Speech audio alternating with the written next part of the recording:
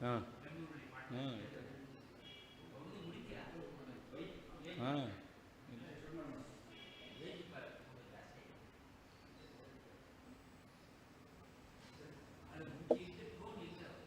ಹಾಂ ಅದೇ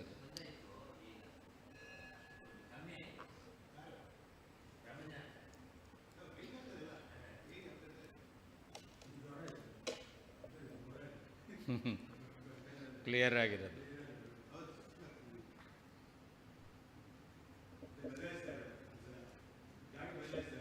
ಹೌದಾ?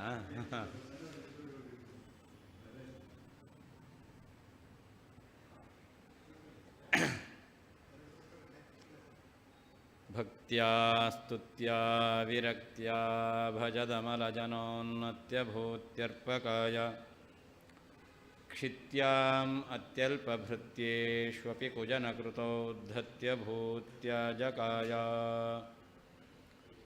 ಕರ್ತ್ರೇ ಧರ್ತ್ರೇ ಚ ಹರ್ತ್ರೇ ಹಯಮುಖಹರಯೇ ಮುತ್ರಪಾತ್ರೇ ನಮಸ್ತೆ.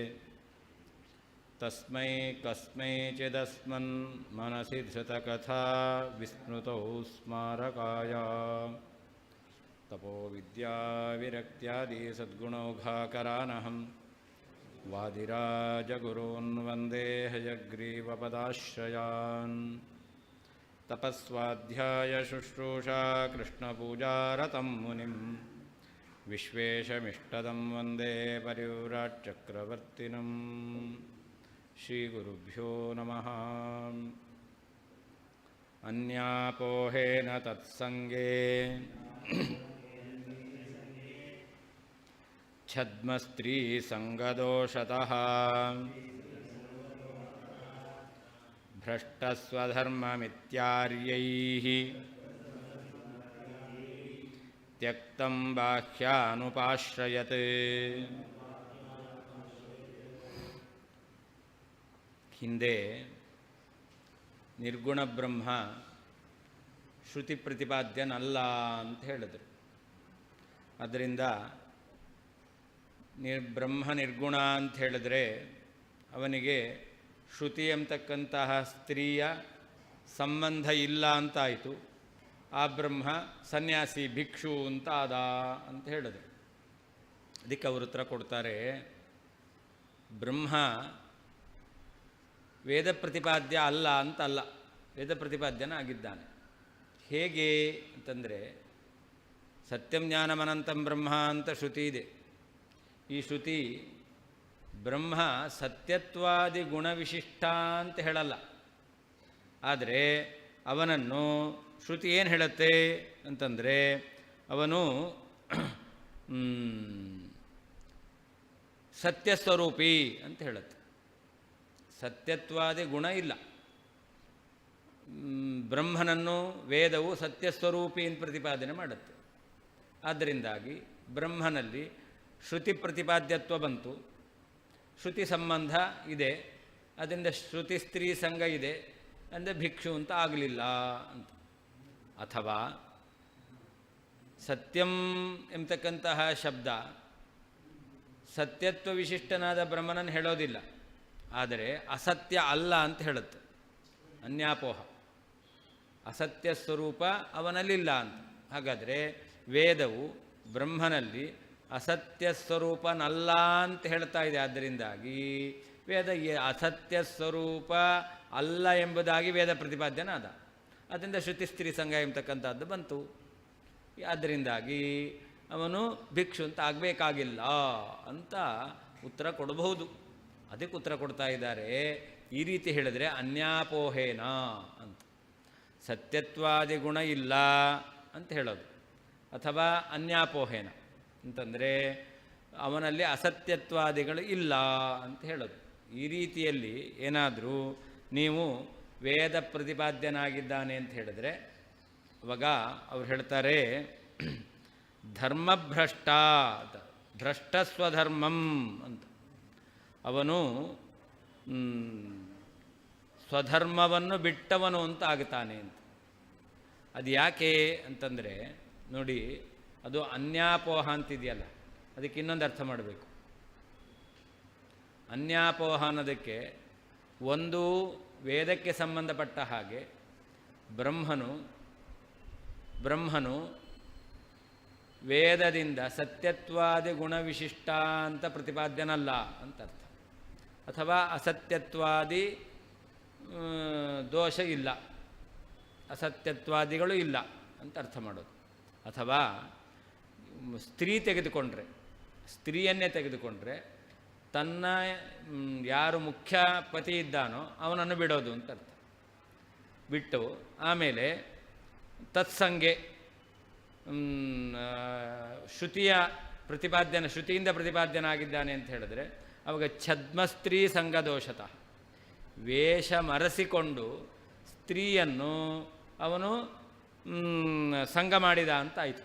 ಯಾಕೆ ವೇದ ಮುಖ್ಯವೃತ್ತಿಯಿಂದ ಪರಮಾತ್ಮನನ್ನು ಪ್ರತಿಪಾದನೆ ಮಾಡಿದರೆ ಆವಾಗ ವೇಷ ಮರೆಸಿಕೊಂಡು ಮೋಸದಿಂದ ಸ್ತ್ರೀ ಸಂಘ ಅಂತ ಆಗಲಿಲ್ಲ. ಯಾಕೆ ಮುಖ್ಯವೃತ್ತಿಯಿಂದ ವೇದ ಪ್ರತಿಪಾದ್ಯನಾಗಿದ್ದಾನೆ ಅಂತ. ಆದರೆ ಈಗ ಮುಖ್ಯವೃತ್ತಿಯಿಂದ ವೇದ ಪ್ರತಿಪಾದ್ಯನಲ್ಲ. ಮುಖ್ಯವೃತ್ತಿಯಿಂದ ವೇದ ಪ್ರತಿಪಾದ್ಯ ಯಾಕಲ್ಲ? ಅವನಲ್ಲಿ ಸತ್ಯತ್ವಾದಿ ಗುಣ ಇಲ್ಲ. ಹಾಗಾದರೆ ವೇಷ ಮರೆಸಿಕೊಂಡು ಅವನು ಈಗ ಸ್ತ್ರೀ ಸಂಘ ವೇದದಿಂದ ಪ್ರತಿಪಾದ್ಯ ಅಂತ ಆಯಿತು. ಅದರಿಂದ ಛದ್ಮಸ್ತ್ರೀ ಸಂಘದೋಷತಃ, ನೀವು ಅಮುಖ್ಯ ವೃತ್ತಿಯಿಂದಾಗಲಿ ಅಥವಾ ಅನ್ಯಾಪೋಹ ಅಸತ್ಯತ್ವಾದಿಗಳಿಲ್ಲ ಎಂಬುದಾಗಿ ವೇದ ಪ್ರತಿಪಾದ್ಯನಾಗಿದ್ದಾನೆ ಅಂತಂದರೆ ಆವಾಗ ವೇಷವನ್ನು ಮರೆಸಿಕೊಂಡು ಸ್ತ್ರೀ ಸಂಘ ಮಾಡಿದಂತಹ ದೋಷ ಎಂಬತಕ್ಕಂಥದ್ದು ಬಂತು. ಆದ್ದರಿಂದಾಗಿ ತ್ಯಕ್ತ ಸ್ವಧರ್ಮಂ ಆರ್ಯೈ ತ್ಯಕ್ತಂ ಬಾಹ್ಯಾನ್ ಉಪಾಶ್ರಯತೆ. ಆದ್ದರಿಂದ ಆ ಬ್ರಹ್ಮ ಇದ್ದಾನಲ್ಲ ಅವನೇನಾದ ಅಂತಂದರೆ ಯಾವ ರೀತಿಯಲ್ಲಿ ವೇಷ ಮರೆಸಿಕೊಂಡು ಇನ್ನೊಬ್ಬ ಸ್ತ್ರೀಯನ್ನು ಅವನು ಸಂಪರ್ಕ ಮಾಡಿದ್ದಾನೆ ಅಂತಾದರೆ ಅಂತಹ ಭಿಕ್ಷು ಅವನು ತನ್ನ ಧರ್ಮವನ್ನು ಬಿಟ್ಟ ಅಂತ, ಅಥವಾ ಗೃಹಸ್ಥನಾದರೂ ಕೂಡ ತನ್ನ ಧರ್ಮವನ್ನು ಬಿಟ್ಟ ಅಂತ ಅರ್ಥ.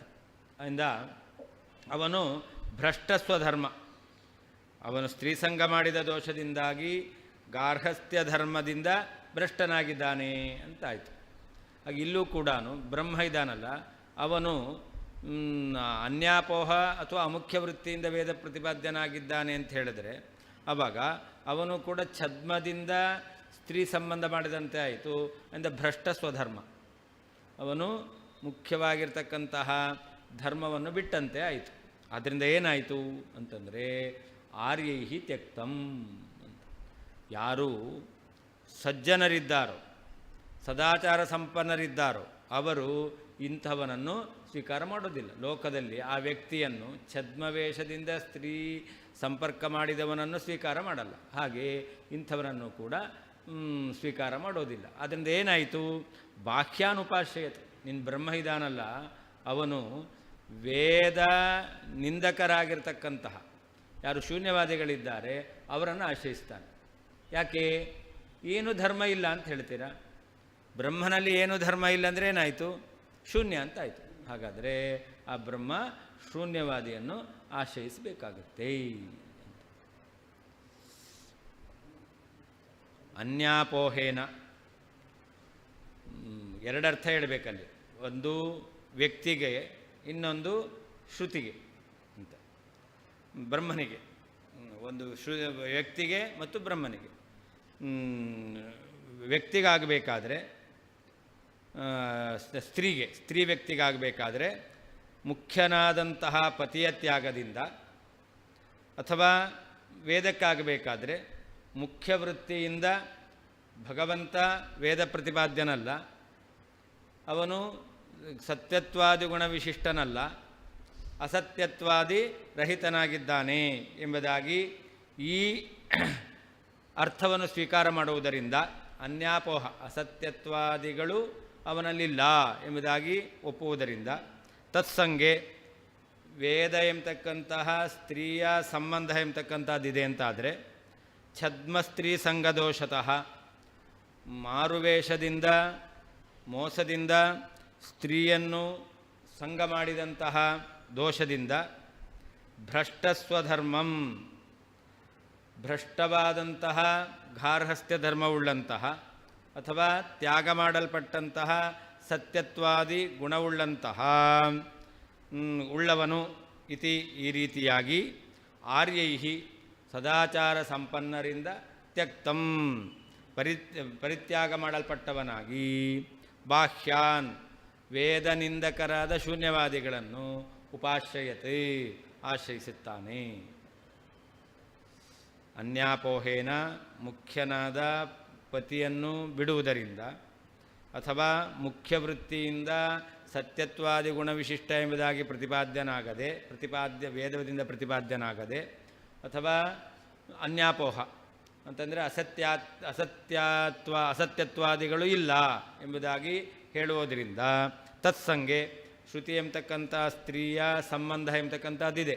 ಅರ್ಥಾತ್ ಶ್ರುತಿ ಪ್ರತಿಪಾದ್ಯನಾಗಿದ್ದಾನೆ ಅಂತ ಹೇಳಿದ್ರೆ ಆವಾಗ ಈ ರೀತಿಯಲ್ಲಿ ನೀವು ವೇದದ ಸಂಬಂಧವನ್ನು ಪರಮಾತ್ಮನಿಗೆ ಹೇಳಿದರೆ ಛದ್ಮ ಸ್ತ್ರೀ ಸಂಗದೋಷತಃ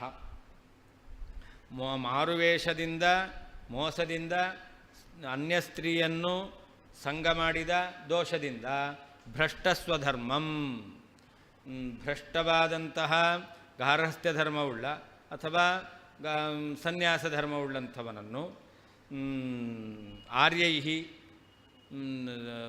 ಸದಾಚಾರ ಸಂಪನ್ನರಿಂದ ತ್ಯಕ್ತಂ ಬಿಡಲ್ಪಟ್ಟವನನ್ನಾಗಿ ಬಿಡಲ್ಪಟ್ಟವನಾಗಿ ಬಾಹ್ಯಾನ್ ವೇದಬಾಹ್ಯರಾದ ಶೂನ್ಯವಾದಿಗಳನ್ನು ಉಪಾಶ್ರಯತೆ ಆಶ್ರಯಿಸುತ್ತಾನೆ.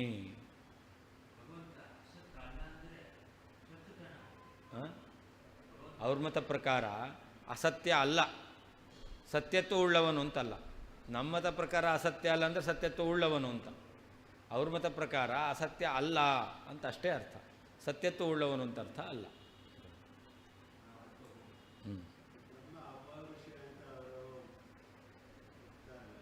ಏನು ವೇದ ಅಪೌರುಷೇಯ ಅಂತ ಒಪ್ತಾರೆ. ಅದು ತತ್ವವೇದಕ ಅಂತ ಕೆಲವು ಭಾಗ ಅಂತ.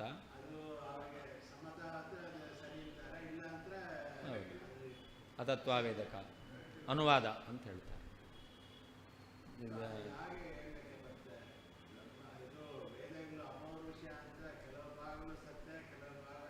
ಅದೇ ಅದು ಕೆಲವು ಭಾಗ ಸತ್ಯ ಅಂತಂದರೆ ಅದು ಈ ಅಹಂ ಬ್ರಹ್ಮಾಸ್ಮಿ ತತ್ವಮಸಿ ಇತ್ಯಾದಿ ವಾಕ್ಯ ಇದೆ. ಇದು ಯಥಾವಸ್ಥಿತವಾದ ವಿಷಯವನ್ನು ಹೇಳ್ತಾ ಇದೆ. ಉಳಿದಿದ್ದು ತತ್ವವೇದಕ ಅಂದರೆ ಅನುವಾದ. ದ್ವಾಸುಪರ್ಣ ಸಯುಜಾಸಕ ಇತ್ಯಾದಿ ಶ್ರುತಿ ಇದೆಯಲ್ಲ, ಇದು ಖಂಡನೆ ಮಾಡಲಿಕ್ಕೋಸ್ಕರ ಅನುವಾದ ಮಾಡ್ತಾ ಇದೆ. ಇತರರು ಹೇಳ್ತಕ್ಕಂಥದ್ದನ್ನು ಅನುವಾದ ಮಾಡಿ ಖಂಡನೆ ಮಾಡ್ತಕ್ಕಂಥದ್ದು. ಅದರಿಂದಾಗಿ ಅದು ಅನುವಾದ ರೂಪ, ಅದು ಪ್ರತಿಪಾದನೆ ಮಾಡಲಿಕ್ಕೆ ಹೊರಟಿಲ್ಲ. ಪ್ರತಿಪಾದನೆ ಮಾಡೋದಾಗಿದ್ದರೆ ಆವಾಗ ವೇದ ಎಂಬತಕ್ಕಂಥದ್ದು ಇದು ಭೇದವನ್ನು ಪ್ರತಿಪಾದನೆ ಮಾಡ್ತಾ ಇದೆ ಅಂಥೇಳಿ ಭೇದಕ್ಕೆ ಪ್ರಾಮಾಣ್ಯ ಬರ್ತಿತ್ತು. ಇದು ಅನುವಾದ ಮಾಡೋದು. ಈಗ ಇವರು ಹಿಂಗೆ ಹೇಳಿದ್ರು ಅಂತ ನಾನು ಹೇಳಿದ್ರೆ ನನ್ನ ಅಭಿಪ್ರಾಯ ಅಲ್ಲ ಅದು. ಹಾಂ ಅಷ್ಟೇ. ಹಾಂ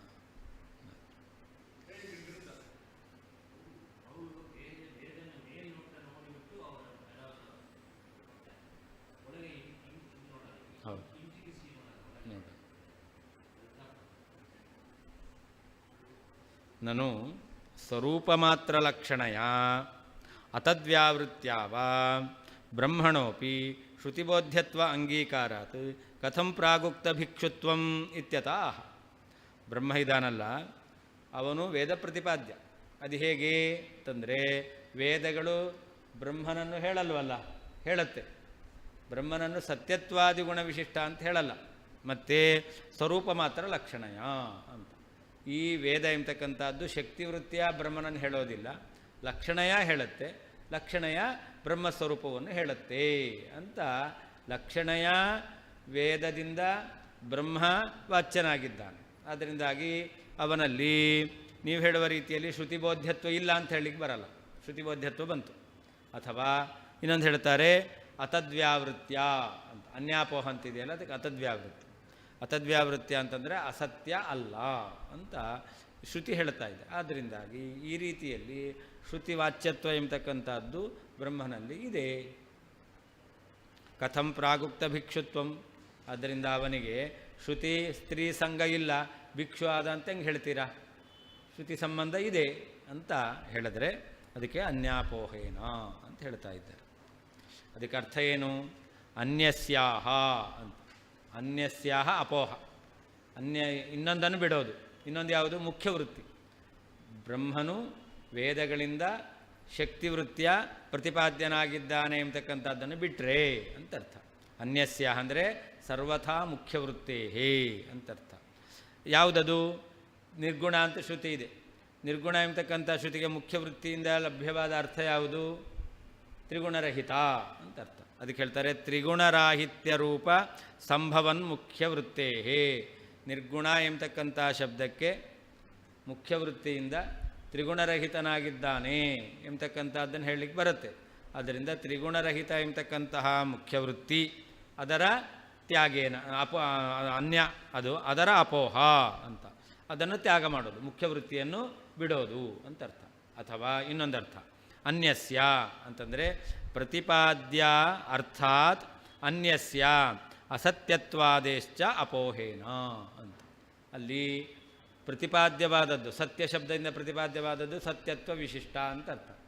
ಅದಕ್ಕಿಂತ ಅನ್ಯ ಬೇರೆವಾದದ್ದು ಅಸತ್ಯ ಅಂತ ಅರ್ಥ.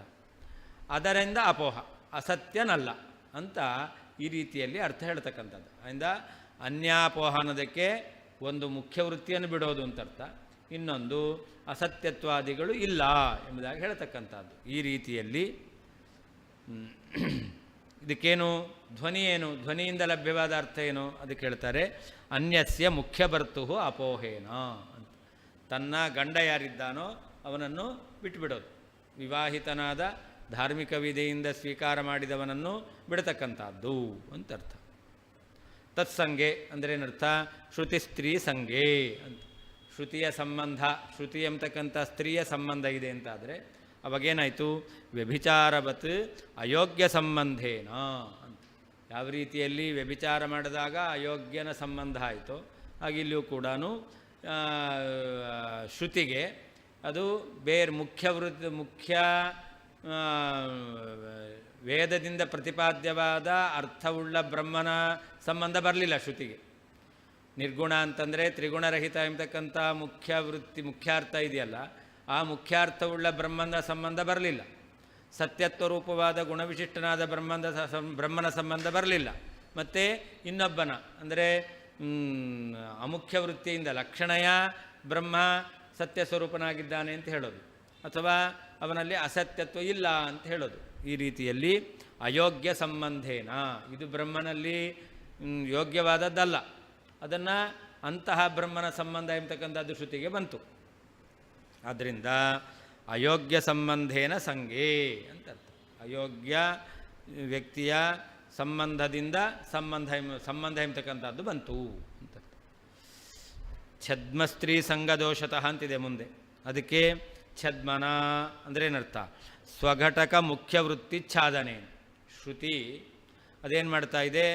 ತಾನು ಪ್ರತಿಪಾದನೆ ಮಾಡಲಿಕ್ಕೆ ಇರತಕ್ಕಂಥ ವೃತ್ತಿ, ಮುಖ್ಯವೃತ್ತಿ, ಅದನ್ನು ಮುಚ್ಚಿ ಹಾಕ್ತಾ ಇದೆ. ಆಯಿತಾ? ಆಮೇಲೆ ಸಂಭವನ್ ಮುಖ್ಯವೃತ್ತಿ ಛಾದನೇನ ಅಂತರ್ಥ. ಯಾವ ತ್ರಿಗುಣ ಎಂಬುದಾಗಿ ನಿರ್ಗುಣ ಎಂಬತಕ್ಕಂಥ ಶಬ್ದಕ್ಕೆ ತ್ರಿಗುಣರಹಿತ ಎಂಬುದಾಗಿ ಹೇಳ್ಬೋದು. ಹಾಗೆ ಸತ್ಯ ಅಂದರೆ ಸತ್ಯತ್ವ ವಿಶಿಷ್ಟ ಅಂತ ಅರ್ಥ. ಇದೆಲ್ಲವೂ ಕೂಡ ವೇದಗಳಲ್ಲಿ ಹೇಳಲಿಕ್ಕೆ ಯೋಗ್ಯವಾಗಿರ್ತಕ್ಕಂಥದ್ದು. ಇಂತಹ ಯೋಗ್ಯವಾದಂತಹ ಮುಖ್ಯವೃತ್ತಿಯನ್ನು ಮುಚ್ಚಿ ಹಾಕಿಬಿಡೋದು. ಮತ್ತು ಭಾವತೆಯ ಲಘುಭೂತ ಸಾರ್ವಜನೀನ ಸತ್ಯತ್ವಾದಿ ಧರ್ಮಾಚ್ಛಾದೇನ ಚ. ಭಗವಂತನಲ್ಲಿ ಭಾವಧರ್ಮಗಳಿದೆ, ಸತ್ಯತ್ವ, ಆನಂದತ್ವ, ಮುಕ್ತತ್ವ, ನಿತ್ಯಶುದ್ಧತ್ವ, ಈ ರೀತಿಯಾಗಿರ್ತಕ್ಕಂತಹ ಗುಣಗಳಿದೆ. ಇಂತಹ ಲಘುಭೂತವಾಗಿರ್ತಕ್ಕಂತಹ ಪ್ರಸಿದ್ಧವಾಗಿರ್ತಕ್ಕಂತಹ ಸತ್ಯತ್ವಾದಿ ಧರ್ಮಗಳನ್ನು ಭಗವಂತನಲ್ಲಿ ಮುಚ್ಚಿ ಹಾಕ್ಬಿಡೋದು. ಇಲ್ಲ ಆಚ್ಛಾದನೇನ ಸ್ತ್ರೀ ಸಂಗಾತ್ ಅಂದರೆ ಶ್ರುತ್ಯಾಖ್ಯ ಸ್ತ್ರೀ ಸಂಗಾತ್. ಶ್ರುತಿ ಎಂಬತಕ್ಕಂತಹ ಸ್ತ್ರೀಯ ಸಂಬಂಧ ಇದೆ. ಏತಾದೃಶ ರೀತಿಯ ಬ್ರಹ್ಮ ಶ್ರುತಿ ಪ್ರತಿಪಾದ್ಯನಾಗಿದ್ದಾನೆ ಅಂತ ಹೇಳಿದ್ರೆ ಆವಾಗ ಪ್ರಾಪ್ತ ದೋಷತಃ ದೋಷ ಬಂತು. ಏನು ದೋಷ ಅದು? ಅವಶ್ಯಕ ಮುಖ್ಯವೃತ್ತಿ ತ್ಯಾಗಾಖ್ಯ ದೋಷ. ಬೇಕಾಗಿರುವಂತಹ ಮುಖ್ಯವೃತ್ತಿಯನ್ನು ಬಿಟ್ಟಂತೆ ಆಯಿತು. ಅತ್ಯಾವಶ್ಯಕವಾಗಿರ್ತಕ್ಕಂತಹ ಮುಖ್ಯವೃತ್ತಿಯನ್ನು ಬಿಟ್ಟಂತೆ ಆಯಿತು. ಅಷ್ಟೇ ಅಲ್ಲ, ಸಂಭವನ್ ಮುಖ್ಯವೃತ್ತಿ ತ್ಯಾಗಾಖ್ಯ ದೋಷಾತ್. ಸತ್ಯತ್ವಾದಿ ಗುಣ ವಿಶಿಷ್ಟ ಜ್ಞಾನತ್ವಾದಿ ಗುಣವಿಶಿಷ್ಟ ಎಂಬುದಾಗಿ ಸತ್ಯಂ ಜ್ಞಾನ ಇತ್ಯಾದಿ ಶ್ರುತಿಗಳಿಗೆ ಮುಖ್ಯ ಅರ್ಥವನ್ನು ಹೇಳಲಿಕ್ಕೆ ಬರುತ್ತೆ. ಅದನ್ನು ಬಿಟ್ಟದು ಆ ದೋಷದಿಂದ. ಬಾಹ್ಯಮತ ಪ್ರವೇಶಾಖ್ಯ ದೋಷಾಚ್, ಹೀಗೆ ಬೌದ್ಧ ಮತ ಪ್ರವೇಶ ಧರ್ಮ ಇಲ್ಲ ಅಂತಂದರೆ ಶೂನ್ಯ ಅಂತ ಆಯಿತು. ಇಂದ ಬೌದ್ಧ ಮತ ಪ್ರವೇಶ ರೂಪವಾದಂತಹ ದೋಷವೂ ಬಂದಿದೆ ಅಂತ ಅರ್ಥ. ಏನಾಯಿತು? ಭಿಕ್ಷೋಸ್ತು ವೇಷಾಂತರೇಣ ಸ್ತ್ರೀಸಂಗಜಾತ ಅನೃತ ಅಬ್ರಹ್ಮಚರ್ಯ ದೋಷತಃ ಅಂತ ಅರ್ಥ. ಭಿಕ್ಷುಗಾಗಬೇಕಾದ್ರೆ ಅವನು ವೇಷಾಂತರದಿಂದ ಸ್ತ್ರೀ ಸಂಘವನ್ನು ಮಾಡಿದ್ದಾನೆ ಅಂತಂದರೆ ಅದರಿಂದ ಬಂದಿರತಕ್ಕಂತಹ ಒಂದು ಅನೃತ, ಸುಳ್ಳು ಹೇಳಿದ ಅಂತ, ಇನ್ನೊಂದು ಅಬ್ರಹ್ಮಚರ್ಯ, ಬ್ರಹ್ಮಚರ್ಯ ಎಂಬತಕ್ಕಂಥದ್ದು ನಾಶ ಆಯಿತು. ಈ ದೋಷ ಎಂಬತಕ್ಕಂಥದ್ದು ಬರುವುದರಿಂದ ಎಂಬುದಾಗಿ ಧ್ವನಿಯಿಂದ ಲಬ್ಧವಾದ ಅರ್ಥ. ಭ್ರಷ್ಟಸ್ವಧರ್ಮಂ ಅಂದರೆ ಏನರ್ಥ? ಅಪಗತ ಸತ್ಯತ್ವಾದಿ ಸ್ವಾಪೇಕ್ಷಿತ ಧರ್ಮಂ ಅಂತ. ಬ್ರಹ್ಮನಲ್ಲಿ ವೇದ ಏನು ಹೇಳಬೇಕು? ಅವನು ಸತ್ಯತ್ವಾದಿ ಗುಣವಿಶಿಷ್ಟ ಅಂತ ಹೇಳಬೇಕು. ಆದರೆ ಈ ರೀತಿಯಲ್ಲಿ ಅರ್ಥ ಮಾಡಿದ್ರಿಂದ ಏನು? ಮುಖ್ಯ ವೃತ್ತಿಯಿಂದ ಬ್ರಹ್ಮ ವೇದ ಪ್ರತಿಪಾದ್ಯನಲ್ಲ, ಮತ್ತು ಅನ್ಯಾಪೋಹ ಎಂಬತಕ್ಕಂಥ ಅರ್ಥವನ್ನು ಹೇಳಿದ್ರಿಂದ ಅವನಲ್ಲಿ ಅಪೇಕ್ಷಿತವಾಗಿರ್ತಕ್ಕಂಥ ಸತ್ಯತ್ವಾದಿ ಧರ್ಮಗಳು ಇಲ್ಲ ಅಂತ ಆಯಿತು. ಅದರಿಂದ ಅವನು ಸತ್ಯತ್ವಾದಿ ಧರ್ಮರಹಿತ ಅಂತ ಅದ. ಭ್ರಷ್ಟಸ್ವಧರ್ಮಂ ಅಪಗತ ದೂರವಾದಂತಹ ಸತ್ಯತ್ವಾದಿ ಸ್ವಾಪೇಕ್ಷಿತ ಧರ್ಮಂ, ಸತ್ಯತ್ವವೇ ಮೊದಲಾಗಿರ್ತಕ್ಕಂತಹ ಅಪೇಕ್ಷಿತವಾಗಿರ್ತಕ್ಕಂಥ ಧರ್ಮವುಳ್ಳಂತಹ. ಅಯೋಗ್ಯ ಸಂಬಂಧೇನ ಚ ಬ್ರಹ್ಮಣ ಶ್ರುತಿಸ್ತ್ರೀಸಂಗ ಭಿಕ್ಷೋ ಗಾರ್ಹಸ್ಥ್ಯವತ್ ನ ಸಭಾಯೋಗ್ಯ ನಾಪಿ ಭಿಕ್ಷುತ್ವಾಪಾದಕ ಅಂತ.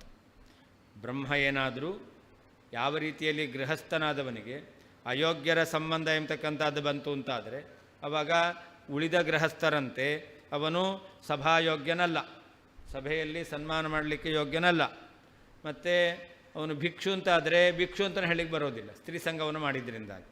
ಹಾಗೆ ಬ್ರಹ್ಮನೂ ಕೂಡ ಅವನಿಗೆ ಈ ಶ್ರುತಿ ಸಂಘ ಎಂಬತಕ್ಕಂಥದ್ದು ಅದು ಗೃಹಸ್ಥನಾದವನಿಗೆ ಯಾವ ರೀತಿಯಲ್ಲಿ ಸಭೆಯಲ್ಲಿ ಅವನಿಗೆ ಮರ್ಯಾದೆ ಎಂಬತಕ್ಕಂಥದ್ದಿಲ್ಲವೋ, ಅಥವಾ ಭಿಕ್ಷು ಆಗಿದ್ದಾನೆ ಅಂತಾದರೆ ಅವನಿಗೆ ಭಿಕ್ಷುತ್ವ ಎಂಬತಕ್ಕಂಥದ್ದು ಇಲ್ಲ ಅಂತಾಗುತ್ತೋ, ಹಾಗೆ ಬ್ರಹ್ಮನಿಗೂ ಕೂಡ ಈ ರೀತಿಯಲ್ಲಿ ಶ್ರುತಿ ಸಂಬಂಧವನ್ನು ಹೇಳಿದ್ರೆ ಅವನು ಭಿಕ್ಷು ಅಂತನೂ ಅಲ್ಲ ಅಥವಾ ಗೃಹಸ್ಥ ಅಂತನೂ ಅಲ್ಲ ಅಂತ.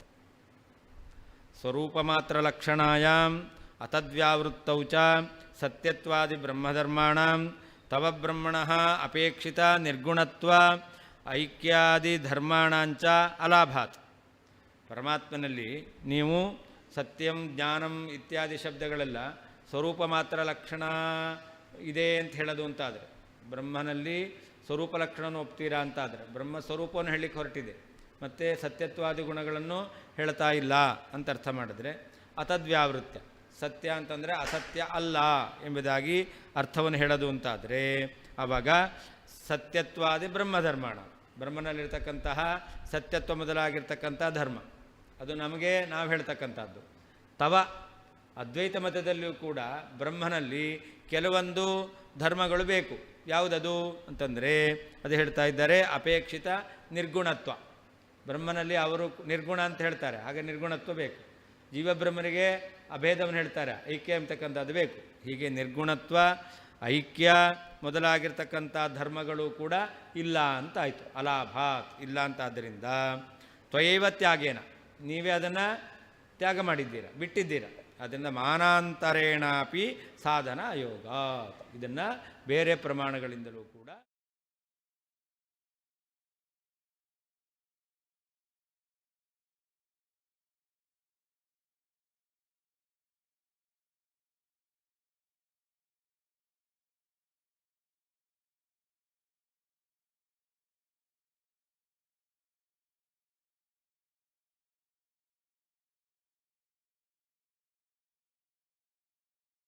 ಇದಾನಿಂ ಅಯೋಗ್ಯ ಸಂಬಂಧೇನ ತ್ವದ್ದುಷ್ಪ್ರಕ್ರಿಯಾಖ್ಯದೂತ್ಯ ಪುನಃಸ್ತ್ರೀ ಸಂಗಾತ್ ದುರ್ಭಿಕ್ಷು ಅಂತ. ಮೊದಲು ಭಿಕ್ಷು ಆಗಿದ್ದ, ಈಗ ದುರ್ಭಿಕ್ಷು ಕೆಟ್ಟ ಭಿಕ್ಷು ಆಗ್ತಾ ಇದ್ದಾನೆ. ಯಾಕೆ ಅಂತಂದರೆ ನೀವು ಹೇಳುವ ರೀತಿಯಲ್ಲಿ ಈಗ ಅಮುಖ್ಯ ವೃತ್ತಿಯಿಂದ ವೇದ ಪ್ರತಿಪಾದ್ಯನಾಗಿದ್ದಾನೆ, ಅನ್ಯಾಪೋಹೇನ ವೇದ ಪ್ರತಿಪಾದ್ಯನಾಗಿದ್ದಾನೆ ಅಂತ ಹೇಳೋದು ಅಂತಾದರೆ ಅನ್ಯ ಸ್ತ್ರೀ ಸಂಘ ದೋಷ ಎಂಬತಕ್ಕಂಥದ್ದು ಬಂತು. ಅದರಿಂದಾಗಿ ತ್ವದ್ದುಷ್ಪ್ರಕ್ರಿಯಾಖ್ಯ ದೂತ್ಯ ಅಂತ ನೀವು ಹೇಳುವಂತಹ ದುಷ್ಪ್ರಕ್ರಿಯೆ, ಕೆಟ್ಟದಾದಂತಹ ಭಗವಂತನನ್ನು ವೇದ ಪ್ರತಿಪಾದ್ಯನಾಗಿದ್ದಾನೆ ಎಂಬತಕ್ಕಂಥ ವಿಧಾನ, ಇದರಿಂದ ಅವನಿಗೆ ಆ ದೂತಿ ಅಂದರೆ ಸೇವಕಿ, ಅವಳ ಅಂತಹ ಸ್ತ್ರೀ ಸಂಬಂಧ ಆಯಿತು. ಅದರಿಂದ ಅವನು ದುರ್ಭಿಕ್ಷು ಆದ ಅಂತ. ಆರ್ಯೈ ಶಬ್ದಾರ್ಥಕುಶಲೈ ವಿವೇಕಿಭಿ ಅಂತ ಅರ್ಥ. ಒಂದು ಶಬ್ದಕ್ಕೆ ಅರ್ಥವನ್ನು ಹೇಳ್ತಕ್ಕಂಥವರು ಶಕ್ತಿ ವೃತ್ತಿಯಿಂದ ಅರ್ಥವನ್ನು ಹೇಳಬೇಕು ಅಂತ ಹೇಳ್ತಾರೆ. ಅಂದರೆ ನೀವೀಗ ಶಕ್ತಿ ವೃತ್ತಿಯಿಂದ ಅರ್ಥವನ್ನು ಹೇಳಲಿಲ್ಲ ಅಂತಾದರೆ ಆವಾಗ ಆ ಬ್ರಹ್ಮ ಏನಾದ? ಈ ರೀತಿಯ ಶಕ್ತಿ ವೃತ್ತಿಯಿಂದ ಅರ್ಥವನ್ನು ಹೇಳ್ತಕ್ಕಂತಹ ಜ್ಞಾನಿಗಳಿಂದ ಅವನು ತ್ಯಕ್ತನಾದ. ಅಥವಾ ವಿವೇಕಿಭಿ, ಯಾರು ಅನ್ಯ ಸ್ತ್ರೀ ಸಂಘ ಮಾಡಿದ್ದಾನೋ ಅವನನ್ನು ಸದಾಚಾರ ಸಂಪನ್ನರು ತ್ಯಾಗ ಮಾಡ್ತಾರೆ. ಅಂದರೆ ವಿವೇಕಿಭಿ ತ್ಯಕ್ತಂ. ಅಪ್ರಾಮಾಣಿಕತ್ವಾದ್ ಉಪೇಕ್ಷಿತಂ, ಶಬ್ದಕ್ಕೆ ಅರ್ಥವನ್ನು ಹೇಳ್ತಕ್ಕಂಥವರು ಬ್ರಹ್ಮನನ್ನು ತ್ಯಾಗ ಮಾಡಿದ್ದಾರೆ ಅಂದರೆ ಏನರ್ಥ? ಏತಾದೃಶವಾದ ಅರ್ಥ ಅದು ಪ್ರಮಾಣ ಸಿದ್ಧವಾದದ್ದಲ್ಲ. ಅಮುಖ್ಯ ವೃತ್ತಿಯಿಂದ ಬ್ರಹ್ಮನನ್ನು ಹೇಳೋದು, ಅನ್ಯಾಪೋಹ ಅಂತ ಹೇಳ್ತಕ್ಕಂಥದ್ದು ಇದು ಪ್ರಮಾಣ ಸಿದ್ಧವಾದದ್ದಲ್ಲ. ಆದ್ದರಿಂದ ಇದನ್ನು ಉಪೇಕ್ಷೆ ಮಾಡ್ತಾರೆ. ಸ್ವೋಕ್ತ ನಿರ್ಗುಣತ್ವ ಐಕ್ಯ ಸತ್ಯತ್ವಾದಿ ಧರ್ಮಾಣಮಪಿ ಅಪಲಾಪಿನಾಂ ಉನ್ಮತ್ತಾನಾಮೇವ ಯೋಗ್ಯಂ ಸತ್. ತಾವೇ ಹೇಳಿರ್ತಕ್ಕಂಥ ಸಾಕ್ಷಿ ಚೇತ ಕೇವಲ ನಿರ್ಗುಣ ಅಂತ ಹೇಳೋದು, ಆದರೆ ಆ ನಿರ್ಗುಣತ್ವ ಧರ್ಮ ಇಲ್ಲ ಅಂತ ಹೇಳೋದು. ಅಂದರೆ ತಾವೇ ಹೇಳಿರ್ತಕ್ಕಂತಹ ನಿರ್ಗುಣ ಅಂತ ಬ್ರಹ್ಮನನ್ನು ಹೇಳೋದು, ಅದು ನಿರ್ಗುಣತ್ವ ಧರ್ಮ ಇಲ್ಲ ಅಂತ ಹೇಳೋದು. ಹಾಗೆ ಜೀವಬ್ರಹ್ಮರಿಗೆ ಅಭೇದ ಅಂತ ಹೇಳೋದು, ಐಕ್ಯ ಎಂಬತಕ್ಕಂಥದ್ದು ಸತ್ಯ ಅಲ್ಲ ಅಂತ ಹೇಳೋದು. ಆಮೇಲೆ ಸತ್ಯತ್ವ, ಬ್ರಹ್ಮನನ್ನು ಸತ್ಯ ಅಂತ ಹೇಳೋದು, ಬ್ರಹ್ಮನಲ್ಲಿ ಸತ್ಯತ್ವ ಇಲ್ಲ ಅಂತ ಹೇಳೋದು. ಈ ರೀತಿಯಾಗಿರ್ತಕ್ಕಂತಹ ಧರ್ಮಗಳನ್ನು ಅಪಲಾಪಿನ ಯಾರು ಇಲ್ಲ ಅಂತ ಹೇಳ್ತಾ ಇದ್ದಾರೋ ಅವರಿಗೆ ಉನ್ಮತ್ತಾನಾಮೇವ, ಅವರು ಉನ್ಮತ್ತರಂತೆ, ಅವರಿಗೆ ಯೋಗ್ಯವಾಗಿರ್ತಕ್ಕಂತಹ ಯೋಗ್ಯನಾದವನಾಗಿ ಬಾಹ್ಯಾನ್ ಅಂದರೆ ವೇದಬಾಹ್ಯರು ಶೂನ್ಯವಾದಿಗಳು ಅವರನ್ನು ಸರ್ವಧರ್ಮರಹಿತ ಶೂನ್ಯೇನ ಅಂತ. ಶೂನ್ಯ ಇದೆಯಲ್ಲ ಅದೇನಾಗಿದೆ? ಸಕಲ ಧರ್ಮರಹಿತವಾಗಿದೆ. ಆದ್ದರಿಂದ ಸಕಲ, ನೀವು ಕೂಡ ಬ್ರಹ್ಮನನ್ನು ನಿರ್ಗುಣ ಅಂತ ಹೇಳ್ತೀರಾ ಅಂತಂದರೆ ಸಕಲ ಧರ್ಮರಹಿತ ಅಂತಾಯಿತು. ಸಕಲ ಧರ್ಮರಹಿತವಾಗಿರ್ತಕ್ಕಂತಹ ಶೂನ್ಯದಿಂದ ಜೀವೈಕ್ಯವಾದಿನಃ ಅಂತ. ಜೀವೈಕ್ಯವಾದಿಗಳಿದ್ದಾರಲ್ಲ ಅವರು ಅವರ ಬ್ರಹ್ಮ ಉಪಾಶ್ರಯತೆ, ಶೂನ್ಯವಾದಿಗಳನ್ನು ಆಶ್ರಯಿಸಿದಂತೆ ಆಯಿತು. ಅರ್ಥಾತ್ ನಿಮ್ಮ ಬ್ರಹ್ಮ ಅವನು ಶೂನ್ಯ ಅಂತಾದ. ಬೌದ್ಧರು ಹೇಳ್ತಕ್ಕಂತಹ ಶೂನ್ಯಕ್ಕೆ ಸಮಾನನಾಗಿದ್ದಾನೆ.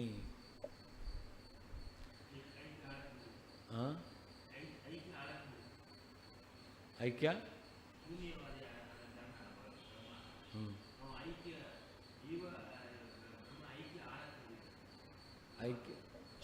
ಐಕ್ಯ ಅಂತ ಹೇಳಿದ್ರೆ ವೇದ ಪ್ರತಿಪಾದ್ಯನಲ್ಲ. ವೇದ ಪ್ರತಿಪಾದ್ಯನಲ್ಲ. ಆದ್ದರಿಂದ ಬೌದ್ಧರು ಅವರು ವೇದಕ್ಕೆ ಪ್ರಾಮಾಣ್ಯ ಒಪ್ಪಲ್ಲ. ಅಂದರೆ ಸರ್ವಧರ್ಮರಹಿತನಾದ. ಅಂದರೆ ನೀವು ಹೇಳುವ ರೀತಿಯಲ್ಲಿ ಅವನಿಗೆ ಮುಖ್ಯ ವೃತ್ತಿಯ ವೇದ ಪ್ರತಿಪಾದ್ಯತ್ವ ಇಲ್ಲ, ಧರ್ಮರಹಿತನಾದ. ಹಾಗಾದರೆ ಶೂನ್ಯವಾದಿಗಳಂತೆ ಆಗಬೇಕಾಗಿತ್ತು. ಶಶಶೃಂಗಂ ವಾ ಶೂನ್ಯಂ ವಾ ತೇ ಬ್ರಹ್ಮ ಸ್ಯಾತ್ ನ ಶ್ರೌತಮತಯೋಗ್ಯಮಿತಿ ಭಾವ. ನಿಮ್ಮ ಬ್ರಹ್ಮ ಏನಾಗಬೇಕು?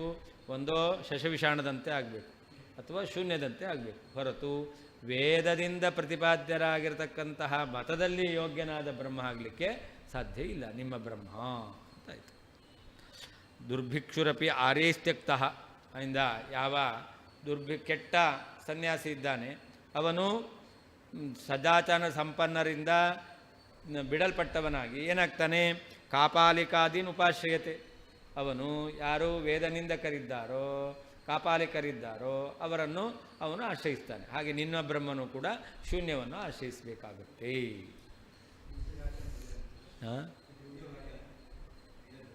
ಹೌದು ಹೌದು ಹೌದು ಹೌದು ಅದು ಇದು ಸಮನ್ವಯ ಮಾಡಬೇಕಲ್ಲ, ಅದಕ್ಕೋಸ್ಕರ ಅಷ್ಟು ವಿವರಣೆ ಕೊಡೋದು. ಅನ್ಯಾಪೋಹ ಹೇಗೆ, ಸ್ತ್ರೀ ಸಂಘ ಹೇಗೆ, ಅದರಿಂದ ಬರ್ತಕ್ಕಂಥ ದೋಷ ಏನು, ಎಲ್ಲವನ್ನು ಕೂಡ ಪ್ರತ್ಯೇಕವಾಗಿ. ಹೌದು. ಭ್ರಷ್ಟ ಸ್ವಧರ್ಮ ಹೇಗೆ, ಆರ್ಯೈಹಿ ತ್ಯಕ್ತ ಹೇಗೆ ಅಂತ ಒಂದೊಂದು ಶಬ್ದಕ್ಕೂ ಕೂಡ ವಿವರಣೆಯನ್ನು ಕೊಟ್ಟಿದ್ದಾರೆ.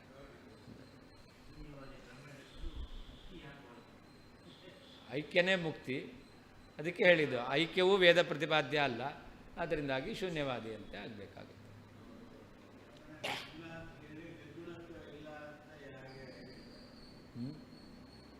ನಾವು ಹೇಳಿದ್ದು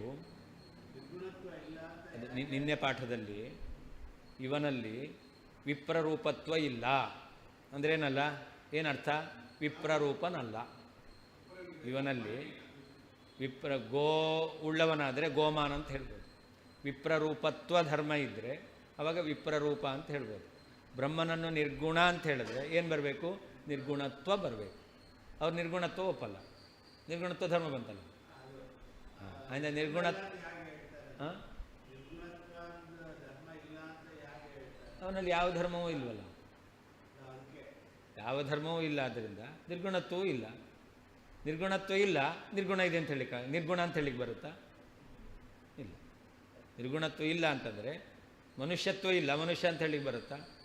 ಪುಸ್ತಕತ್ವ ಇಲ್ಲ, ಪುಸ್ತಕ ಅಂತ ಹೇಳಿಕ್ಕೆ ಬರುತ್ತಾ? ಘಟತ್ವ ಇಲ್ಲ, ಘಟ ಅಂತ ಹೇಳಿಕ್ಕೆ ಬರುತ್ತಾ? ಇಲ್ಲ. ಹಾಂ ಉತ್ತರ ಇಲ್ಲ. ಹಾಂ ಹಾಂ ಬ್ರಹ್ಮನನ್ನು ಒಪ್ತಾರೆ. ಧರ್ಮ ಅಲ್ಲ. ಹಾಂ ಹಾಂ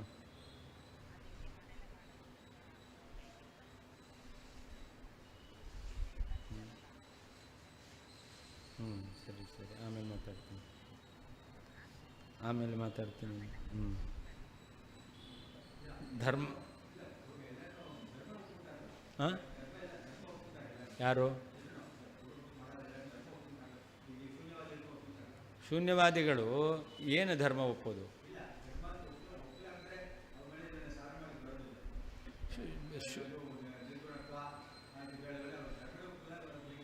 ಯಾವ ಧರ್ಮವೂ ಇಲ್ಲ.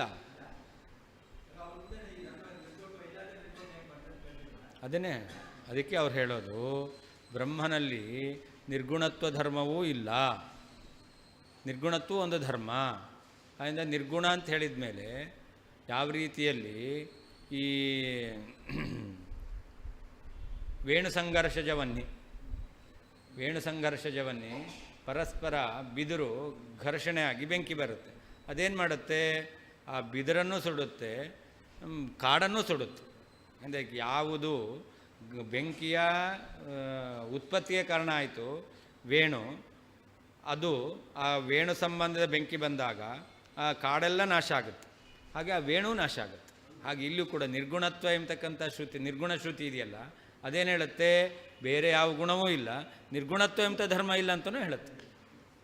ಅಂದರೆ ಯಾವ ಧರ್ಮವೂ ಇಲ್ಲ. ಹಾಂ ಯಾರು? ಶೂನ್ಯವಾದಿಗಳು ಶೂನ್ಯಕ್ಕೆ ಯಾವ ಧರ್ಮವನ್ನು ಒಪ್ಪಲ್ಲ ಅವರು. ಇಲ್ಲ, ಶೂನ್ಯದಲ್ಲಿ ಇಲ್ಲ. ಅದು ಶೂನ್ಯವು ಧರ್ಮಿ ಅಲ್ಲ. ಧರ್ಮಿ ಇದ್ದರೆ, ಧರ್ಮಿ ಅಂತ ಆದರೆ ಧರ್ಮ ಬರಬೇಕು. ಹಾಂ, ಅದರಿಂದ ಶೂನ್ಯದಲ್ಲಿ ಯಾವ ಧರ್ಮವೂ ಇಲ್ಲ. ಅದಕ್ಕೆ ನಾವು ಹೇಳ್ತಾ ಇರೋದು, ಎಲ್ಲ ಧರ್ಮವೂ ಇಲ್ಲ ಅಂತಾದರೆ ನಿನ್ನ ಬ್ರಹ್ಮ ಶೂನ್ಯ ಅಂತ ಆಯಿತು.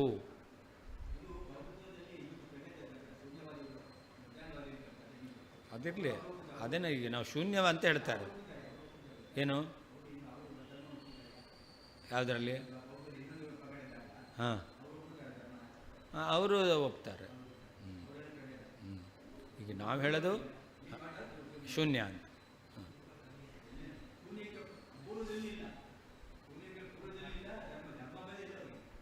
ಈ ಶೂನ್ಯಕ್ಕಿಂತ ಪೂರ್ವದಲ್ಲಿ ಏನು?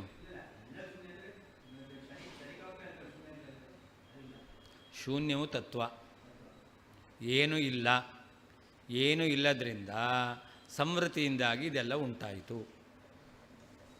ಏನೂ ಇರಲಿಲ್ಲ, ಅದೇ ಶೂನ್ಯ ಇದ್ದಿದ್ದು. ಅಸದೇವೇದಮಗ್ರ ಆಸೀತ್, ಅದರಿಂದ ಏನೂ ಇರಲಿಲ್ಲ. ಆ ಸಂವೃತಿ ಎಂಬತಕ್ಕಂಥದ್ರ ಸಂಬಂಧ ಆದ್ದರಿಂದಾಗಿ ಈ ಜಗತ್ತೆಲ್ಲವೂ ಕೂಡ ಕಾಣ್ತಾ ಇದೆ. ಆಮೇಲೆ ಆ ಸಂವೃತಿ ಎಂಬತಕ್ಕಂಥದ್ದು ಹೋಯಿತು ಅಂತಂದರೆ, ಯಾವಾಗ ಶೂನ್ಯ ಸಾಕ್ಷಾತ್ಕಾರ ಆಯಿತು, ಸಂವೃತಿ ಎಂಬತಕ್ಕಂಥದ್ದು ಹೋಯಿತು ಅಂತಂದರೆ ಆವಾಗ ಶೂನ್ಯ ಮಾತ್ರ ಇರುತ್ತೆ.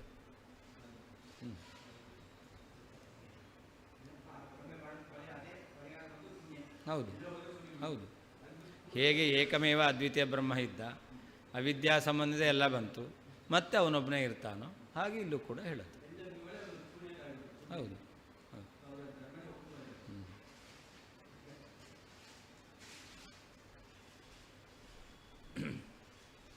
ಅಸ್ಮತ್ ಬ್ರಹ್ಮ ಪ್ರತಿದ್ವಂದ್ವಂ ಸರ್ವಮಾನಮನೋರಮಂ ಅನಂತಸುಗುಣಸ್ತೋಮ ಮುಖೇನ ಪರಿತೋ ದಿಶಂ ಅಪಾರೋಪನ್ನಿಷನ್ನಾರೀ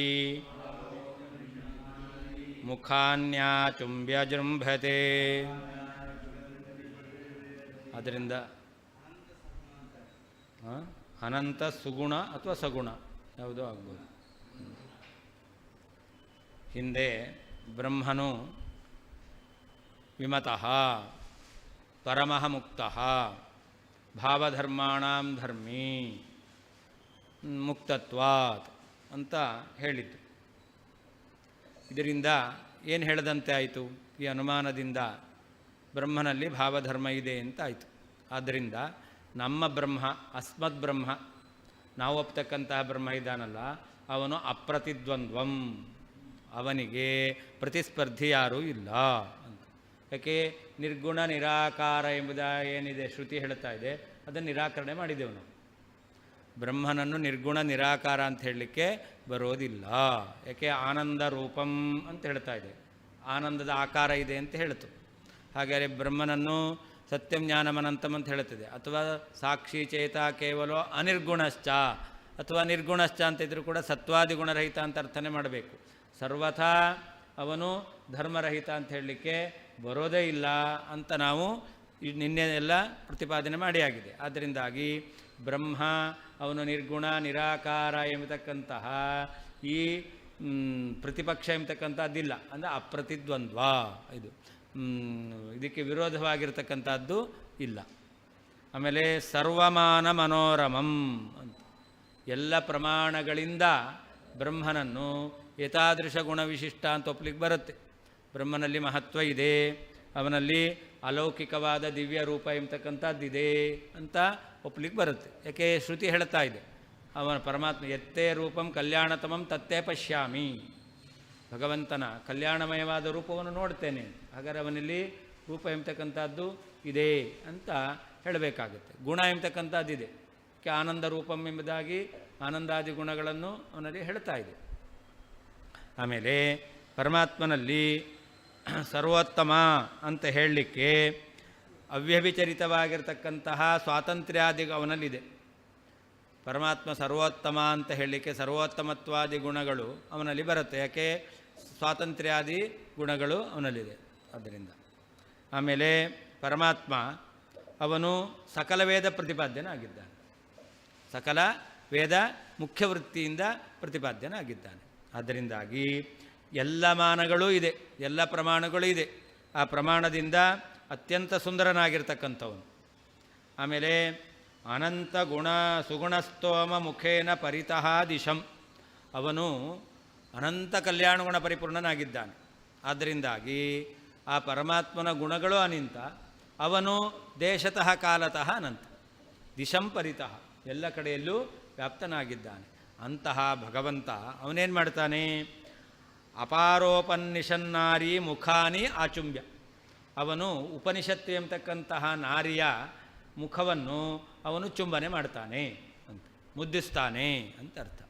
ಭಗವಂತ ಅವನು ಸರ್ವಸುಂದರ, ಅಪ್ರತಿದ್ವಂದ್ವ ಅಂತ ಉತ್ತಮನಾದ ವರ, ಅವನು ಯೋಗ್ಯನಾದಂತಹ ವರ, ಅವನಿಗೆ ಸದೃಶರಾದವರಿಲ್ಲ. ಮತ್ತು ಒಳ್ಳೆ ಅಲಂಕಾರವನ್ನು ಹೊಂದಿದ್ದಾನೆ, ಗುಣಭರಿತನಾಗಿದ್ದಾನೆ, ಎಲ್ಲ ಕಡೆ ವ್ಯಾಪಿಸಿದ್ದಾನೆ.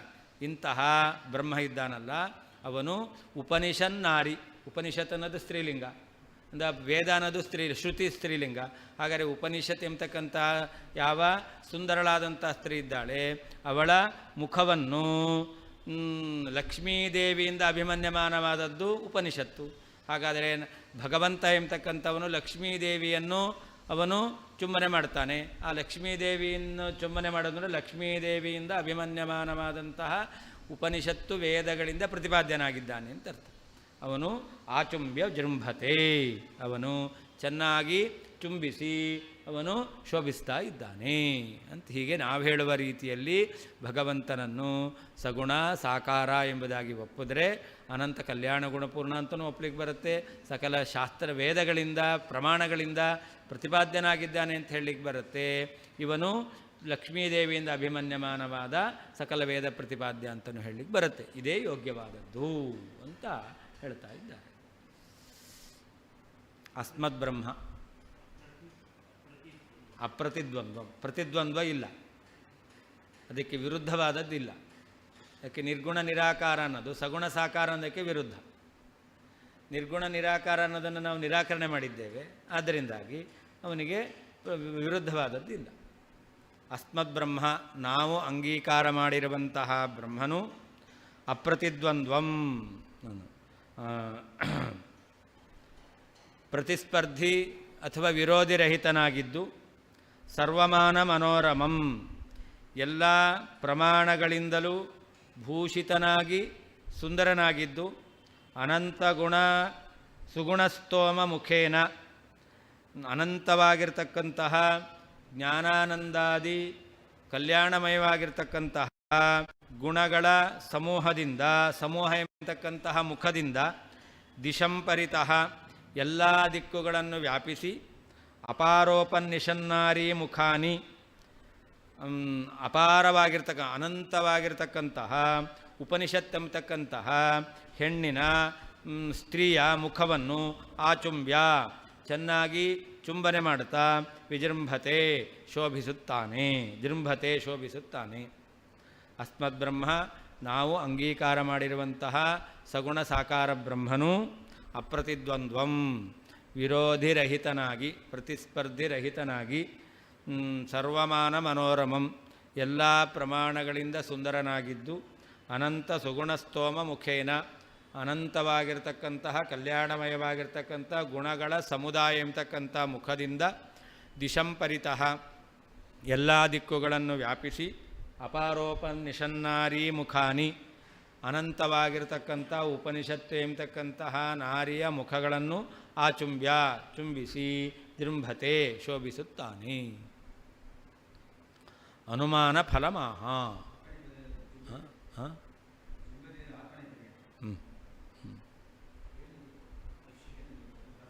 ಏನು ಜೃಭಿ, ಜೃಭಿ ಅಂತ ಧಾತು, ಜೃಂಭತೆ ಅಂತ.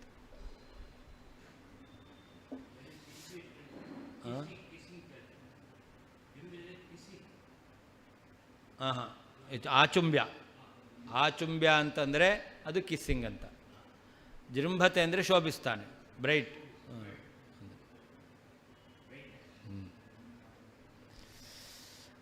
ಅನುಮಾನ ಫಲಮಾಹ ಅಂತ ಹಿಂದೆ ಹೇಳಿರ್ತಕ್ಕಂತಹ ಏನು ಅನುಮಾನ ಇದೆ ಅದರಿಂದ ಸಿದ್ಧವಾದಂತಹ ಸಾಧ್ಯ ಯಾವುದು, ಫಲ ಏನು, ಅದನ್ನು ಹೇಳ್ತಾ ಇದ್ದಾರೆ.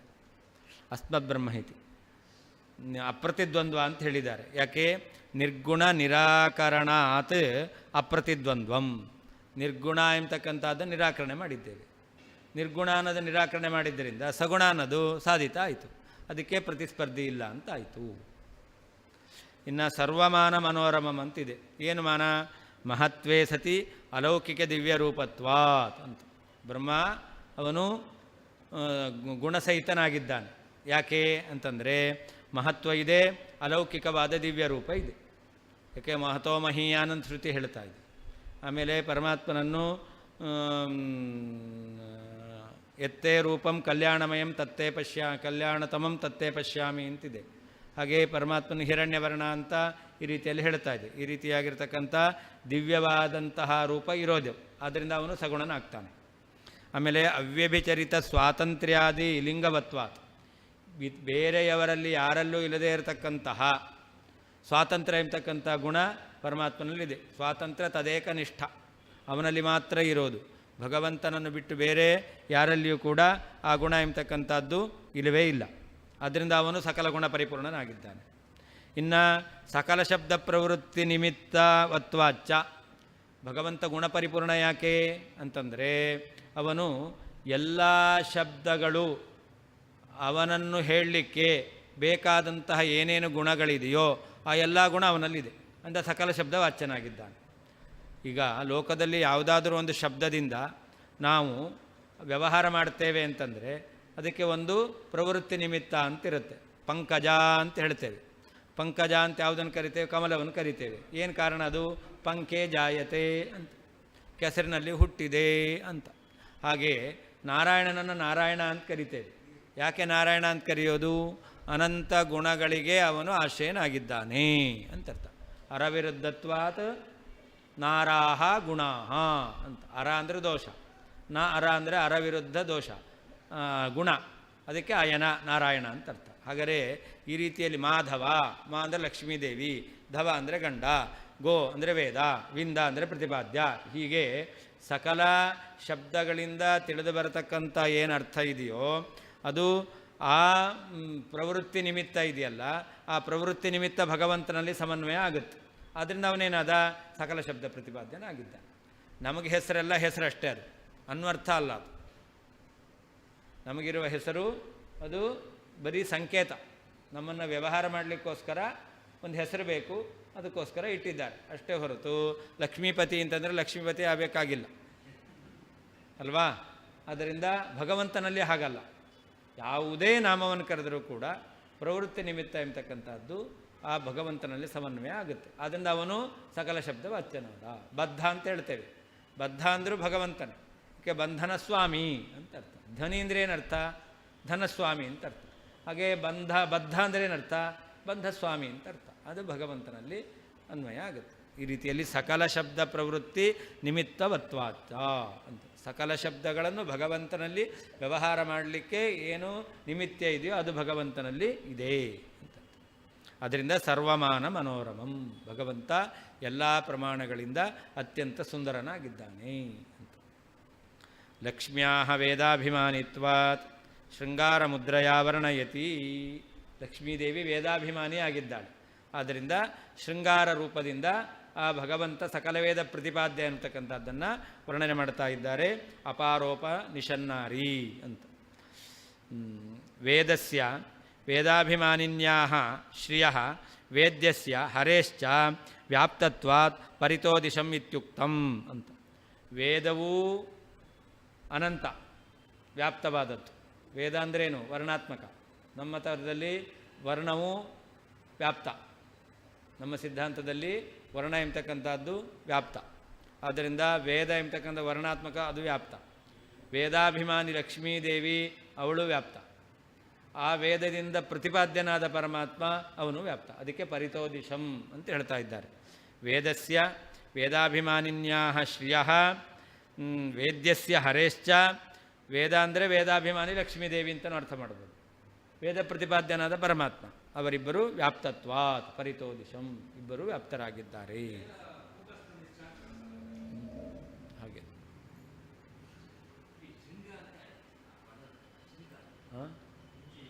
ಶಶಶೃಂಗ. ಶಶಶೃಂಗ ಅಂದರೆ ಮೊಲದ ಕೋಡು, ಅದು ಅಸತ್.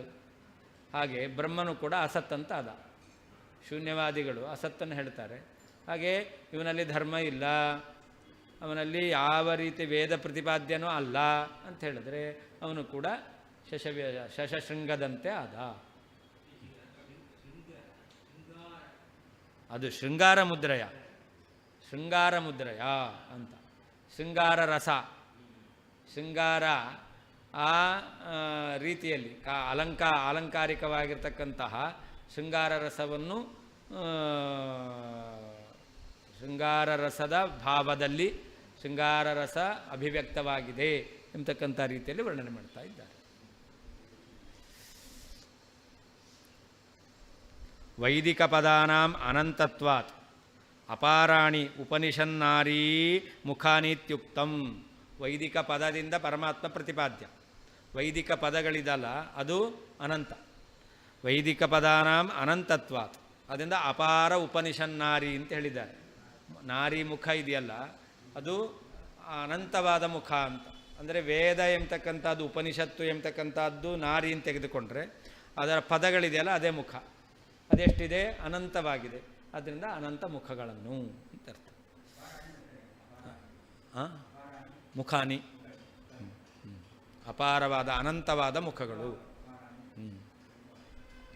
ಸಂಸಾರ, ಸಾಗರ, ಅಪಾರ ಅಂತ. ಸಾಗರ ಅಪಾರ ಅಂತ ಹೇಳ್ತಾರೆ. ಅಪಾರ ಅಂದರೆ ಏನರ್ಥ? ಅನಂತ.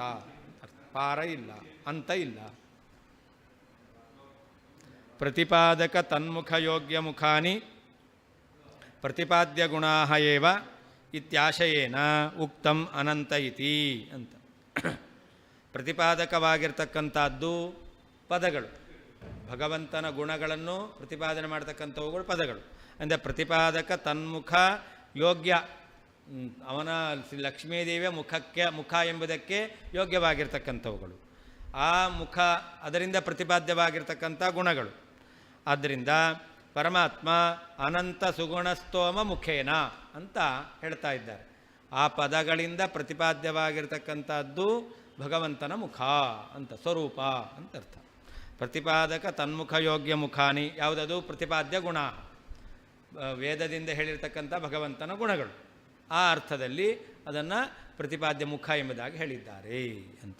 ಇತ್ಯಾಶಯೇನ ಉಕ್ತಂ ಅನಂತ ಇತಿ. ಅನೇನ ಶ್ರೀ ಶ್ರೀಶಯೋ ಅಪಿ ವಿಶ್ವರೂಪತೆಯ ವಿಶ್ವತೋಮುಖತ್ವಂಚ ಧ್ವನಿತಂ. ಆದ್ದರಿಂದ ಲಕ್ಷ್ಮೀ ಮತ್ತು ಲಕ್ಷ್ಮೀಪತಿ ಅವರಿಬ್ಬರೂ ಕೂಡ ವಿಶ್ವರೂಪರು, ಅನಂತ ರೂಪ ಉಳ್ಳವರಾಗಿದ್ದಾರೆ. ಆದ್ದರಿಂದ ಅನಂತವಾದ ಪದಗಳು ಅನಂತವಾದ ಭಗವಂತನ ಗುಣಗಳನ್ನು ಹೇಳ್ತಾ ಇದೆ. ಆದ್ದರಿಂದ ಆ ಅನಂತ ವೇದಾಭಿಮಾನಿಯಾದ ಲಕ್ಷ್ಮಿ, ಅನಂತ ವೇದ ಪ್ರತಿಪಾದ್ಯನಾಗಿರ್ತಕ್ಕಂತಹ ಪರಮಾತ್ಮ ಅವರಿಬ್ಬರು ಕೂಡ ವಿಶ್ವತೋಮುಖರು ಅಂತ ಹೇಳದಂತೆ ಆಯಿತು.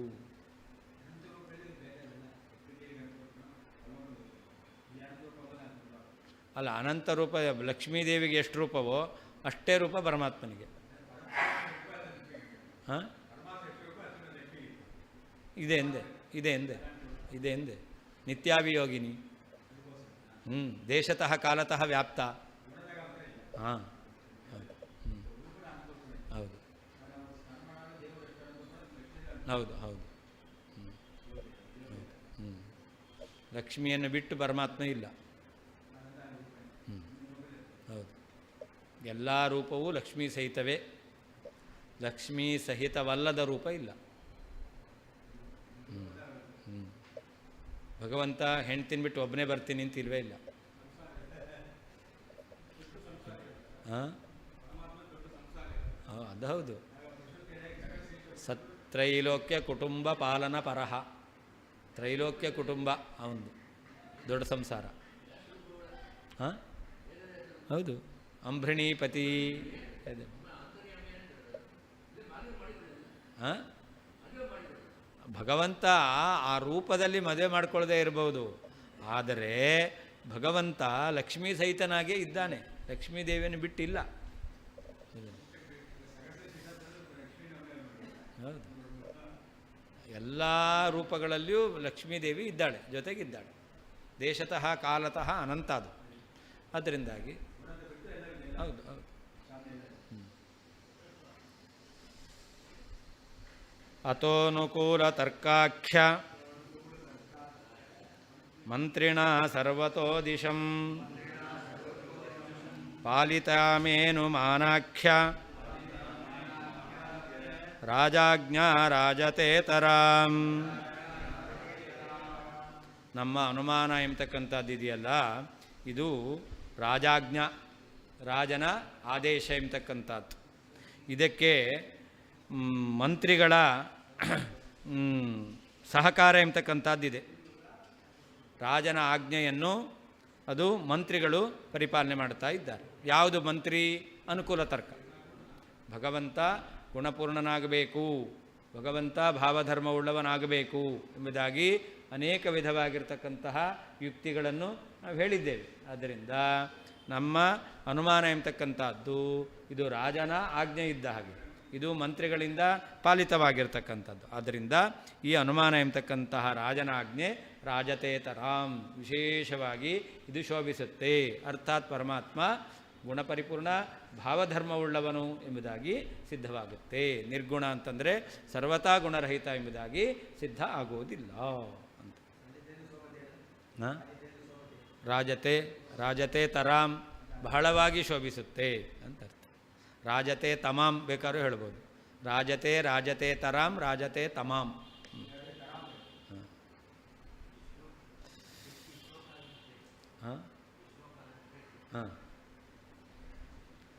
ಅತಃ ಭಗವಂತನಲ್ಲಿ ಹೇತು ಇಲ್ಲ ಅಂತ ಅಸಿದ್ಧಿ ದೋಷ ಇಲ್ಲ, ಅಥವಾ ಹೇತು ಇದೆ ಸಾಧ್ಯ ಇಲ್ಲ ಅಂತ ವ್ಯಭಿಚಾರ ದೋಷ ಇಲ್ಲ, ಅನೇಕಾಂತಿಗಳ ದೋಷ ಇಲ್ಲ ಎಂಬುದಾಗಿ ಹೇಳಿದ್ದರಿಂದ ಮೇ ನನ್ನ ಅನುಮಾನಾಖ್ಯ ರಾಜಾಜ್ಞಾ, ಅನುಮಾನ ಎಂಬತಕ್ಕಂತಹ ರಾಜನ ಆಜ್ಞೆಯು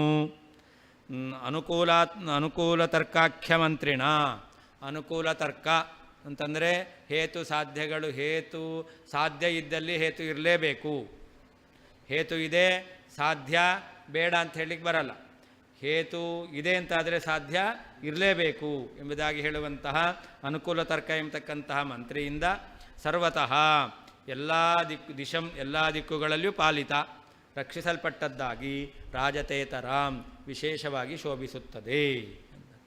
ಅತಃ ಭಗವಂತನಲ್ಲಿ ಹೇತು ಇದೆ, ಅಸಿದ್ಧಿ ಎಂಬತಕ್ಕಂಥ ದೋಷ ಇಲ್ಲ. ಎಲ್ಲೆಲ್ಲಿ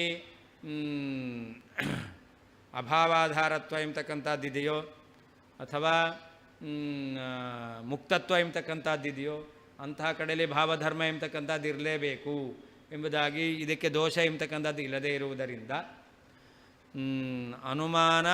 ಅನುಮಾನಾಖ್ಯ ರಾಜಾಜ್ಞಾ, ಅನುಮಾನ ಎಂಬತಕ್ಕಂತಹ ರಾಜನ ಆಜ್ಞೆಯು ಅನುಕೂಲಾಖ್ಯ ಮಂತ್ರಿಣ, ಅನುಕೂಲ ತರ್ಕಾಖ್ಯ ಮಂತ್ರಿಣ, ಅನುಕೂಲ ತರ್ಕ ಎಂಬತಕ್ಕಂತಹ ಮಂತ್ರಿಯಿಂದ ಹೇತು ಇದೆ ಅಂದರೆ ಸಾಧ್ಯ ಇರಲೇಬೇಕು, ಸಾಧ್ಯ ಇಲ್ಲದೇನೆ ಹೇತು ಇಲ್ಲದೇ ಇರಲಿಕ್ಕೆ, ಹೇತು ಇರಲಿಕ್ಕೆ ಸಾಧ್ಯವೇ ಇಲ್ಲ, ಸಾಧ್ಯ ಇಲ್ಲದೇನೆ ಹೇತು ಇರಲಿಕ್ಕೆ ಸಾಧ್ಯ ಇಲ್ಲ ಎಂಬತಕ್ಕಂತಹ ಅನುಕೂಲ ತರ್ಕ ಎಂಬತಕ್ಕಂತಹ ಮಂತ್ರಿಯಿಂದ ಸರ್ವತಃ ಎಲ್ಲ ದಿಕ್ಕುಗಳಲ್ಲಿ ಪಾಲಿತ ರಕ್ಷಿಸಲ್ಪಟ್ಟದ್ದಾಗಿ, ಈ ಅನುಮಾನವನ್ನು ಯಾರು ರಕ್ಷಣೆ ಮಾಡ್ತಾರೆ?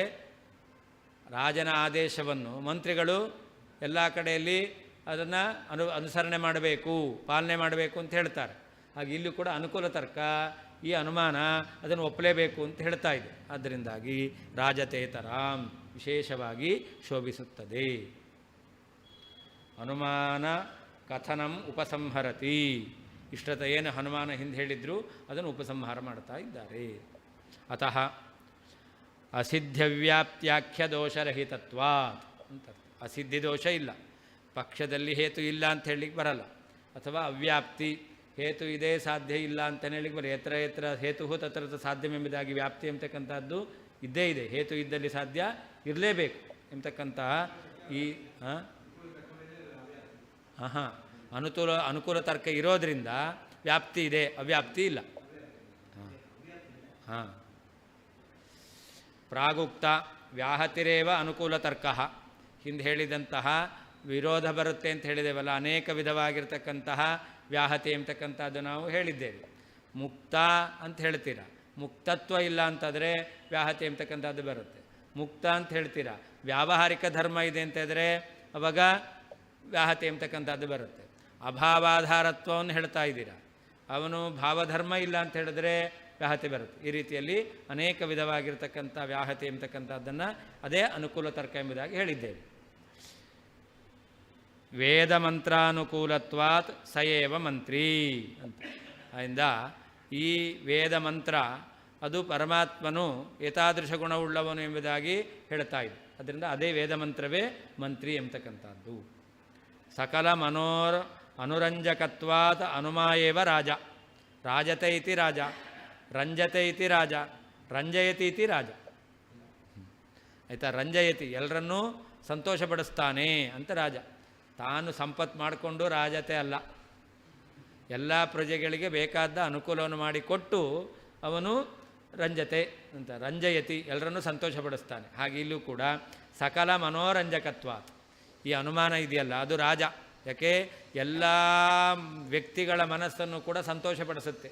ಭಗವಂತ ಗುಣಪರಿಪೂರ್ಣ, ಭಗವಂತನಲ್ಲಿ ಯಾವ ದೋಷವೂ ಇಲ್ಲ, ಅವನು ಪ್ರಮಾಣ ಪ್ರತಿಪಾದ್ಯ, ಸಕಲ ವೇದ ಪ್ರತಿಪಾದ್ಯ ಅಂತ ಹೇಳಿದಾಗ ಎಲ್ಲರಿಗೂ ಸಂತೋಷ ಆಗುತ್ತೆ. ಅದರಿಂದ ಎಲ್ಲರ ಮನಸ್ಸನ್ನು ಸಂತೋಷಪಡಿಸ್ತಾ ಇದೆ. ಅದನ್ನ ರಾಜನಂತ ಇರತಕ್ಕಂಥದ್ದು ನಾವು ಹೇಳಿರುವಂತಹ ಈ ಅನುಮಾನ ಎಂಬತಕ್ಕಂಥದ್ದು.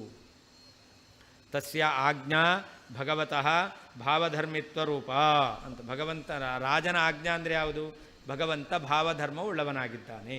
ಹಾಗಾದರೆ ಅನುಕೂಲ ತರ್ಕ ಇರೋದರಿಂದ ಭಗವಂತನಲ್ಲಿ ಭಾವರೂಪವಾದ ಧರ್ಮ ಇದೆ ಅಂತಕ್ಕಂಥದ್ದು ಮಂತ್ರಗಳಿಂದ, ವೇದ ಮಂತ್ರಗಳಿಂದ ಸಿದ್ಧವಾಗುತ್ತೆ. ಅಂದರೆ ಭಗವಂತ ಸಕಲ ಗುಣ ಪರಿಪೂರ್ಣ ಅಂತ ಸಿದ್ಧವಾಯಿತು. 10 ನಿಮಿಷ ಬಿಟ್ಟು